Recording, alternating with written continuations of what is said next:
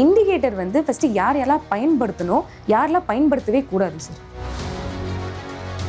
Best ஒன்னு பார்த்தீங்கன்னாக்கா RSI use பண்ணலாம், நீங்கள் இஎம்ஐ எஸ்எம்ஐ யூஸ் பண்ணலாம், புல்லிகர் பேண்ட் யூஸ் பண்ணலாம். அது பேரிஷ்லேருந்து புல்லிஷாக மாறி மேலே பீக்குக்கு போயின்னு இருக்கும்.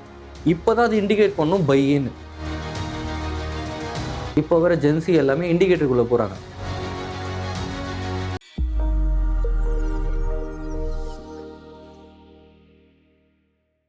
ஹலோ ஜிபு வியூவர்ஸ், நான் உங்கள் விஜய் கண்மணி. ஸோ ட்ரேடிங் பொறுத்த வரைக்கும் பல டாபிக் நம்ம பேசிகிட்டு இருக்கோம். அதில் ஒரு முக்கியமான டாபிக் என்னென்னா இண்டிகேட்டர்ஸ் தான். கிட்டத்தட்ட 100கணக்கான இண்டிகேட்டர்ஸ் இருக்குது. இதில் வந்து நிறைய பேர் வந்து ஒரு டாப் 10 கூட பயன்படுத்த நிறைய வாய்ப்பு இருக்குது. ஸோ இந்த மாதிரி இண்டிகேட்டர்ஸ் வச்சு தான் யூஸ் பண்ணணுமா? ஏன்னா இன்னொரு பக்கம் சக்ஸஸ்ஃபுல்லாக ட்ரேடிங் பண்ணிட்டு இருக்கவங்க வந்து ப்ரைஸ் ஆக்ஷன் மட்டுமே ஃபாலோ பண்ணி ட்ரேட் பண்ணுறாங்க. ஸோ இண்டிகேட்டர்ஸ் ரொம்பவே இம்பார்ட்டண்ட்டாக, அது இல்லாமல் ட்ரேட் பண்ண முடியுமா, பண்ண முடியாதா? இந்த கேள்விக்கு தெளிவான விளக்கம் கொடுக்கறதுக்காக நம்ம கூட இணைஞ்சிருக்காரு மிஸ்டர் லோகநாதன் அவர்கள். அவர்கிட்ட கேட்டு தெரிஞ்சுக்கலாம். வணக்கம் சார். ஹலோ மேம், எப்படி இருக்கீங்க சார்? குட். நீங்கள் எப்படி இருக்கீங்க? All good sir. சார், நான் இப்போ இன்ட்ரோலேயே சொன்ன மாதிரி தான், இப்போ நிறைய வந்து சக்ஸஸ்ஃபுல் ட்ரேடர்ஸ் வந்து நான் இண்டிகேட்டர்ஸ்லாம் பெருசாக யூஸ் பண்ண மாட்டேன், ப்ரைஸ் ஆக்ஷன் அந்த லைவ் மார்க்கெட் பார்த்தே நான் வந்து ட்ரேட் பண்ணுவேன், சக்ஸஸ்ஃபுல்லாக தான் இருக்கேன் அப்படின்னு சொல்லுவாங்க.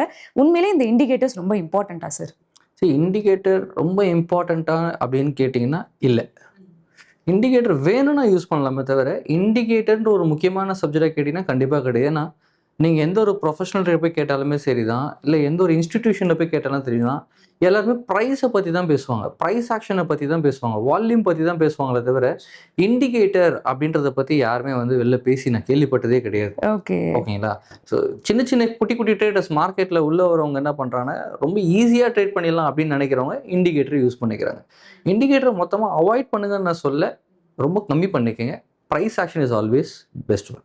Okay sir. ஸோ இப்போ இண்டிகேட்டர்ஸ் மேபி ஃபுல்லாக அவாய்ட் பண்ணதே கொஞ்சம் நம்ம யூஸ் பண்ணிக்கலாம்னு சொல்கிறீங்களே. ஸோ என்னென்ன மாதிரி இண்டிகேட்டர்ஸ் யூஸ் பண்ணணும், எதெல்லாம் ரொம்பவே பெனிஃபிஷியலாக இருக்குது சார் மார்க்கெட்டில்? நிறையா இருக்குது. ஸோ தி பெஸ்ட் ஒன்னு பார்த்தீங்கன்னாக்கா ஆர்எஸ்ஐ யூஸ் பண்ணலாம், நீங்கள் இஎம்ஐ எஸ்எம்ஐ யூஸ் பண்ணலாம், புல்லிகர் பேண்ட் யூஸ் பண்ணலாம். இந்தமாரி ஒரு சின்ன சின்ன இண்டிகேட்டர், அதாவது இதெல்லாம் எப்படின்னா ஒரு செகண்டரி கன்ஃபர்மேஷனுக்காக யூஸ் பண்ணலாம். ஃபார் எக்ஸாம்பிள், இப்போ நான் ஒரு ட்ரெண்ட் போடுறேன்னு வச்சுக்கலாம்.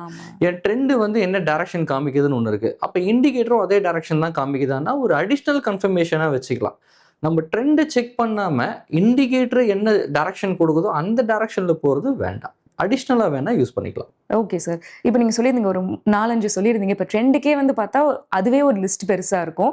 அதுலேயும் நீங்கள் சொன்ன மாதிரி இப்போ ஆர்எஸ்ஐ வந்து பண்ணுறாங்கனாலுமே இல்லை இன்னும் நம்ம செக் பண்ணிக்கலாம், உண்மையிலே கன்ஃபர்மேஷன் பண்ணணும்னு சொல்லிட்டு அதுலேயே டைம் வேஸ்ட் ஆகுது இல்லை சார்? இதை பற்றி என்ன நினைக்கிறீங்க? ஹோட்டலில் போய் மெனு கார்டு பார்க்குற மாதிரி தான் இது. ப்ராக்டிக்கலாக அதுதான் உண்மை இல்லையா? ஏன்னா எதையாவது போட்டால் ஏதாவது ப்ராஃபிட் வந்துடணும், இதுதான் மைண்ட் செட்.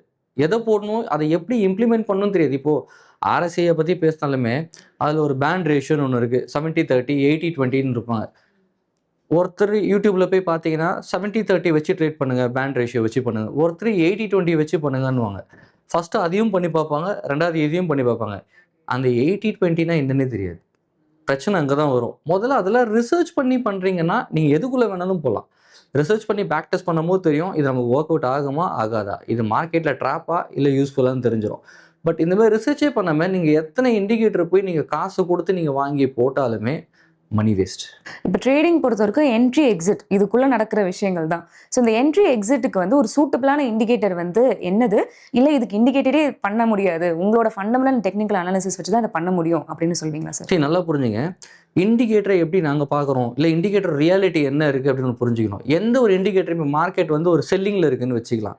இப்போ சடனாக மேலே போகும், செல்லிங்லேருந்து அப் ட்ரெண்டாக புல்லிஷாக மாறப்போகுது, இல்லை பேரிஷ் ரிவர்சல் சொல்லுவோம். அந்த மாதிரி மாறப்போகுதுன்னா எந்த ஒரு இண்டிகேட்டருமே காமிக்காது. அந்த இண்டிகேட்டர் எங்கே வந்து இண்டிகேட் பண்ணும் பை பண்ணுங்கன்னா அது பேரிஷ்லேருந்து புல்லிஷாக மாறி மேலே பீக்குக்கு போயின்னு இருக்கும். இப்போ தான் அது இண்டிகேட் பண்ணும் பையின்னு. அப்போ நான் பை பண்ணுறேன்னே வச்சுக்கலாம். இப்போ இண்டிகேட் சொல்கிற பையினே வச்சுக்கலாம். ஆஸ் பர் நம்ம டெக்னிக்கல் என்ன சொல்லுதுன்னா, நான் ஒரு ரீட்ரேஸ்மெண்ட்டில் என்ட்ரி எடுத்து ஒரு சின்ன பர்சன்டேஜ் நான் லாஸ், அதாவது ரிஸ்க் வைக்கிறதுக்கும் மார்க்கெட்டை டாப்பில் போய் ட்ரேட் பண்ணிவிட்டு அதோட ரிஸ்க்குமே நிறையா மாறும். ஸோ இண்டிகேட்டரோட பிரச்சனை எங்கன்னா எண்டிகேஷனை வந்து எக்ஸாக்ட் பையில் காமிக்காது அப்படின்றது தான் நாங்கள் பார்க்குறோம். மொமெண்டமெல்லாம் விட்டு மார்க்கெட் நல்லா பீக்குக்கு மேலே ஏறினதுக்கு அப்புறம் தான் அது இண்டிகேட்டே பண்ணும், இது வந்து ட்ரெண்டு மாறப்போகுது, இல்லை இங்கேருந்து பை பண்ணுங்க அப்படின்னு ஒரு இண்டிகேஷன் கொடுக்கும். நம்ம இப்போ தான் போய் அதில் மொத்த காசும் போடுவோம். மார்க்கெட் அதுலேருந்து மேலே போயிட்டு இருக்கோம். நம்ம அந்த ஆப்பர்ச்சுனிட்டியை மிஸ் பண்ணியிருப்போம். அதனால் இண்டிகேட்டர் அப்படின்றது மறுபடியும் சொல்கிறேன் ஒரு அடிஷ்னல் கன்ஃபர்மேஷன் தான் அப்படின்னே தவிர ப்ரைஸ் ஆக்ஷன் மெத்தடில் மட்டும்தான் மார்க்கெட்டை நீங்கள் பெரிய லெவலில் ஜெயிக்க முடியும். சார் இப்போ நீங்கள் சொல்லியிருந்தீங்க ஆல்ரெடி ஸ்டூடெண்ட்ஸ்லாம் வந்து இந்த மிஸ்டேக் பண்ணுறாங்கன்னு. ஸோ எங்களுக்கு வந்து ட்ரேடர்ஸ் வந்து கமெண்ட்ஸ் பண்ணுறத வச்சு தான் எங்களுக்கு தெரியும் ஓகே ட்ரேடர்ஸ் இப்படி பண்ணிட்டு இருக்காங்கன்னு. ஆனால் உங்கள் ஸ்டூடெண்ட்ஸ் வந்து இண்டிகேட்டர்ஸ் மூலயமா என்ன ப்ராஃபிட்டோ இல்லை லாஸோ அந்த மாதிரி ஏதாவது ஸ்டோரி இருக்கா? கிளாஸ்க்கு வரும்போதே நாங்கள் வந்து ஒரு சில சப்ஜெக்ட்லாம் எடுப்போம். இனிஷியலாக நாங்கள் வந்து மார்க்கெட் பார்க்க சொல்ல மாட்டோம். When they open the laptop ஜென்ரலாக எங்கள் முன்னாடி ப்ராக்டிஸ் பண்ண பார்த்தீங்கன்னா ஒரு 4 இண்டிகேட்டர் இருக்கும். இதெல்லாம் என்ன அப்படின்னு கேட்கும்போது, சார் யாரோ பேசுனாங்க நான் பார்த்து பண்ணிட்டு இருக்கேன் சார். இதான் அவங்களோட வேர்டு. உள்ளே வரும்போது இண்டிகேட்டரோட தான் வராங்க. ஆனால் பார்த்துட்டு வந்தவங்ககிட்ட போய் கேட்டு இதெல்லாம் ப்ராஃபிட் பண்ணிங்கன்னா 10 பைசா கூட ப்ராஃபிட் பண்ணலாம் தான் சொல்லுவாங்க. இதுதான் உண்மை. ஸோ இண்டிகேட்டர் நான் மறுபடியும் சொல்கிறேன். இண்டிகேட்டரை வச்சு ட்ரேட் பண்ண முடியுமா? இல்லை இண்டிகேட்டரை வச்சு கிளாஸ் எடுக்க முடியுமானா இப்போது ஜென்ரலிக்காக இப்போ நான் ஒரு ப்ரொஃபஷனல் நான் வந்து கோச் நான் ஒரு கிளாஸ் எடுக்கிறேன்ல. நீங்கள் யோசிச்சு பாருங்கள் மார்க்கெட்டில் ஏகப்பட்ட இண்டிகேட்டர் இருக்குது. உங்களுக்கு ஒரு டெக்னிக்கல் நாலேஜ் கொஞ்சோண்டு தெரிஞ்சு நல்ல கோடிங் தெரிஞ்ச பர்சன் கூட இருந்தால் நீங்களே ஒரு இண்டிகேட்டர் கிரியேட் பண்ணலாம். அந்த மாதிரி தான் வந்துடுச்சு மார்க்கெட்டில் இல்லையா? இப்போ நான் சப்ஜெக்ட் வெறும் இண்டிகேட்டரை பேஸ் பண்ணி எடுத்தேன்னு வச்சிங்களேன், யார் மார்க்கெட்டுக்குள்ளே வருவான்னு நினைக்கிறீங்க? ஒரு ப்ரொஃபஷனல் ட்ரேடோ இல்லை இன்ஸ்டிடியூஷனோ இண்டிகேட்டரை டிபெண்ட் பண்ணியே இல்லை. அவங்க தெளிவாக மார்க்கெட்டோட டேட்டா என்ன, ப்ரீவியஸ் ஹிஸ்ட்ரி என்ன சொல்லுது, அந்த ஹிஸ்ட்ரி இங்கே ரிப்பீட் ஆகும், இதுக்கு படிங்கன்னு தான் அவங்களே சொல்கிறாங்க. இண்டிகேட்டரை பேஸ் பண்ணி கிடையாது. ஆனால் எங்களுக்கு வர ஸ்டூடெண்ட்லாம் இண்டிகேட்டரை பேஸ் பண்ணி ப்ராஃபிட் பண்ணினா நாங்கள் பார்த்ததே இல்லை. இதுதான் உண்மை. ஓகே, இதுதான் மார்க்கெட்டோட நிலவரமா இருக்கு. சார் இப்போ இண்டிகேட்டர்ஸ் இல்லாம நம்ம ட்ரேட் பண்ணணும், பிரைஸ் ஆக்ஷனை மட்டும் ஃபாலோ பண்ணணும் அப்படின்னு நம்ம சொல்றோம்.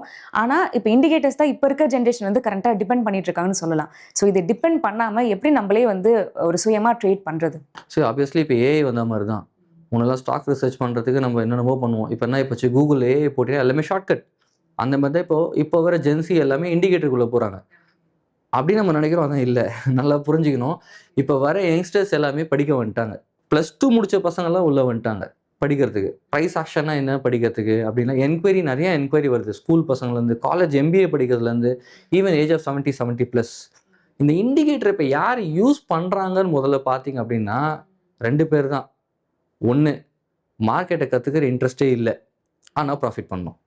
நல்லா புரிஞ்சுங்க. மார்க்கெட்டை பற்றி ரிசர்ச் பண்ணணும்னு இன்ட்ரெஸ்ட்டே இல்லை, ஆனால் ப்ராஃபிட் பண்ணணும். இவங்க தான் என்ன பண்ணுவாங்க, ஏதோ சோஷியல் மீடியாவில் ஒன்று சொல்கிறத எடுத்து பேக் டெஸ்ட் பண்ணாமல் ஒரு இண்டிகேட்டர் எடுத்து போட்டுக்கிறாங்க. இவங்க ஒன்றுமே சொல்கிறதுக்கு இல்லை. கண்டிப்பாக என்ன பண்ண முடியாது, அடுத்த லெவல் மார்க்கெட்டில் போகவே முடியாது. They will blame the market. Market என்ன லாஸ் பண்ணுது, மார்க்கெட் ஒரு கேம்பிளிங் அப்படின்னு சொல்லுவாங்க. ஏன்னா ரீசன் பிஹைண்ட் உண்மை உங்களுக்கு தெரியாதனால. இன்னொருத்தவங்க டோட்டலி லெத்தாஜிக், நல்லா படிச்சிருப்பாங்க, நல்லா எல்லாமே ஓரளவுக்கு தெரியும், ஆனால் அதை போய் இம்ப்ளிமெண்ட் பண்ணுறதுக்கு கஷ்டம். ஏன்னா பொறுமை வேணும். ப்ரைஸ் ஆக்ஷன்லையோ நீங்கள் ஸ்மார்ட் மணி கான்செப்ட்லேயே போனீங்கன்னா, இப்போ நீங்கள் ஆர்டர் பிளாக்லாம் போடுறீங்க அப்படின்னா SMCலேயே கொஞ்சம் பொறுமை வேணும். மார்க்கெட்டை ரீடெஸ்ட் எடுத்துட்டு தான் உங்களோட ஃபேக் கேண்டலில் கொடுத்துட்டு தான் அது ட்ரெண்டு சேஞ்ச் ஆகும். அந்த பொறுமை அவங்களுக்கு இல்லை. இவ்வளோ தெரிஞ்சு என்ன பண்ணுவாங்கன்னா, எங்கேயுமே பேட்டர்ன் வரைய மாட்டாங்க, சேனல் வரைய மாட்டாங்க, ட்ரெண்டை கண்டுபிடிக்க மாட்டாங்க, ஆனால் இண்டிகேட்டரை மட்டும் போட்டு உட்காந்துருப்பாங்க. இந்த 2 பேர் தான் மார்க்கெட்டில் லூசரை தவிர நல்லா படிக்கிற எல்லாருமே, மார்க்கெட் ப்ரைஸ் ஆக்ஷனோ இல்லை SMC படிக்கிற யாருமே மார்க்கெட்டில் பெரிய லெவலில் லூசர் இல்லை. Okay sir. சார் இப்போ மார்க்கெட்டில் வந்து பார்த்தீங்கன்னா இந்த லாகிங் டூல்ஸ்னு சொல்லுவாங்களா, அப்படின்னா என்ன, அது என்னென்னத்துக்குலாம் வந்து யூஸ் ஆகுது சார்? லாகிங் டூல் நான் தெளிவாக சொல்லிட்டேன். மார்க்கெட் ட்ரெண்டு சேஞ்ச் ஆகி மேலேயோ இல்லை நல்லா கீழே போனதுக்கப்புறம் தான் இண்டிகேஷனே கொடுக்குது. That is a lagging. Market இப்போ நான் ப்ரைஸ் ஆக்ஷனில் போய்ட்டு நான் ஒரு டிசைனிங் சேனல் போடுறேன், இல்லை டிசைனிங் ட்ரையாங்கிள் பேட்டர்னே போடுறேன்னு வச்சுக்கோங்க. மார்க்கெட் இண்டிகேஷன் தெளிவாக சொல்லும். அதாவது எந்த இடத்துல பை ஆர் எந்த இடத்துல செல்லுன்றதை இப்போ அசனி டிசைனிங்கில் தெளிவாகவே சொல்லிடும். சும்மா கோடு போடுறதெல்லாம் அசனி டிசைனிங் கிடையாதுங்க. அதுக்கும் ஒரு சர்டன் ரூல் இருக்குது. அந்த ரூல் படித்தவங்களுக்கு அது புரியும். அங்கேருந்து பை எடுத்து இப்போ ஒரு சர்டன் பர்சன்டேஜ் மேலே ஏறினதுக்கு அப்புறம் தான் இப்போ அது ஸ்ட்ராங் பைன்னு அந்த இடத்துல போய் அது காமிக்கும், இண்டிகேட்டர் போய் காமிக்கும். So that is lagging. So நம்ம ஆல்மோஸ்ட் ஒரு ப்ரைஸை விட்டுட்டு மேலே வந்து ஒரு ப்ரைஸை சேஸ் பண்ணுறோம். அப்போ ரிஸ்க் அண்ட் ரிவார்டு மாறுது. என்ன தெரியுமா, ரிஸ்க்கு பெருசாகிடுது, ரிவார்டு குட்டியாகிடுது. ஒரு வேளை ரிவார்டு குட்டியாக இருந்தால் கூட பரவாயில்ல, மார்க்கெட் அங்கேருந்து ரீடெஸ்ட் எடுத்து கீழே வந்து வச்சுங்க. இப்போ அது கொடுக்குற இடத்துல பை தான் போகணும்னு அவசியம் கிடையாது இல்லையா? ஒரு ஸ்விங்கோ இல்லை இன்ஸ்டிடியூஷனோ என்ன நடக்கலாம், ஒரு ரீடெஸ்ட் மார்க்கெட்டை கீழே ஒரு புல் பேக் கொடுத்துட்டு மறுபடியும் மேலே கொண்டு போவாங்க. அப்போ அந்த புல் பேக் கொண்டு வர இடத்துல நம்ம ஸ்டாப் லாஸ்லாம் ட்ரிகர் ஆகிடும். அப்போ இண்டிகேட்டர்ஸ் லாகிங் தான். அதுதான் சொல்ல வரோம் நாங்கள். Okay sir. சார் நிறைய விஷயங்கள் இந்த கான்ஸ் பற்றிலாம் நம்ம சொல்லியாச்சு. அதாவது வந்து பேசிக்காக நம்மளுக்கு கொஞ்சம் வந்து பெனிஃபிட்டாக இருந்தாலுமே என்னென்ன கான்ஸ் தான் நிறையா இருக்குது அப்படின்னு பேசணும். ஸோ இண்டிகேட்டர் வந்து ஃபஸ்ட்டு யாரெல்லாம் பயன்படுத்தணும், யாரெல்லாம் பயன்படுத்தவே கூடாது சார்? நான் எப்பவும் சொல்கிறேன், இண்டிகேட்டர் யாரெல்லாம் பயன்படுத்தணும்னு கேட்டிங்கன்னா ஆன்சரே இல்லை. நான் எப்பயும் ஃபஸ்ட்லேருந்து அதான் சொல்லிட்டுருக்கேன். அடிஷ்னல் கன்ஃபர்மேஷனாக வேணால் 1-2 வச்சுக்கலாம். இண்டிகேட்டரை பேஸ் பண்ணியோ இல்லை இண்டிகேட்டர் டிபெண்ட் பண்ணியோ ட்ரேடராக உள்ளே வரணும் ஜெயிச்சவங்க சரித்திரமே இல்லை. நான் ஓப்பனாக சொல்கிறேன். இண்டிகேட்டரோட ப்ரைஸ் ஆக்ஷனை வச்சுக்கோங்க, இல்லை எஸ்எம்சியை வச்சுக்கோங்க, கேண்டிலோட கேரக்டரை வச்சுக்கோங்க, தப்பு கிடையாது. வெறும் இண்டிகேட்டர் மட்டும் பேஸ் பண்ணி போகிறதுன்றது நோ வே. ஸோ இந்த பக்கம் ஒருவேளை நல்ல மார்க்கெட் தெரிஞ்சவங்க இன்னொரு ஒரு குட்டி கன்ஃபர்மேஷன் வேணும்னா இந்த மாதிரி ஆர்எஸ்ஐயோ ஐஎம்ஏ எஸ்எம்ஏ போட்டு பொல்லிங்கர் பேண்ட்லாம் போடலாம். நல்ல பவர்ஃபுல் இண்டிகேட்டர் தான். இதெல்லாம் வச்சு பண்ணுறது, அடிஷ்னலாக வச்சு பண்ணுறது it's benefit. Okay sir. So indicators பற்றி ஒரு க்ளீனான ஒரு செஷனே சொல்லலாம். இண்டிகேட்டர்ஸ் யூஸ் பண்ணலாமா வேணாமா, இப்போ மார்க்கெட்டில் என்ன இருக்குன்னு சொல்லிட்டு உங்கள் ஸ்டூடெண்ட்ஸ் மூலியமாகவே எக்ஸாம்பிள் சொல்லியிருந்தீங்க. So thank you for this conversation sir. Thank you.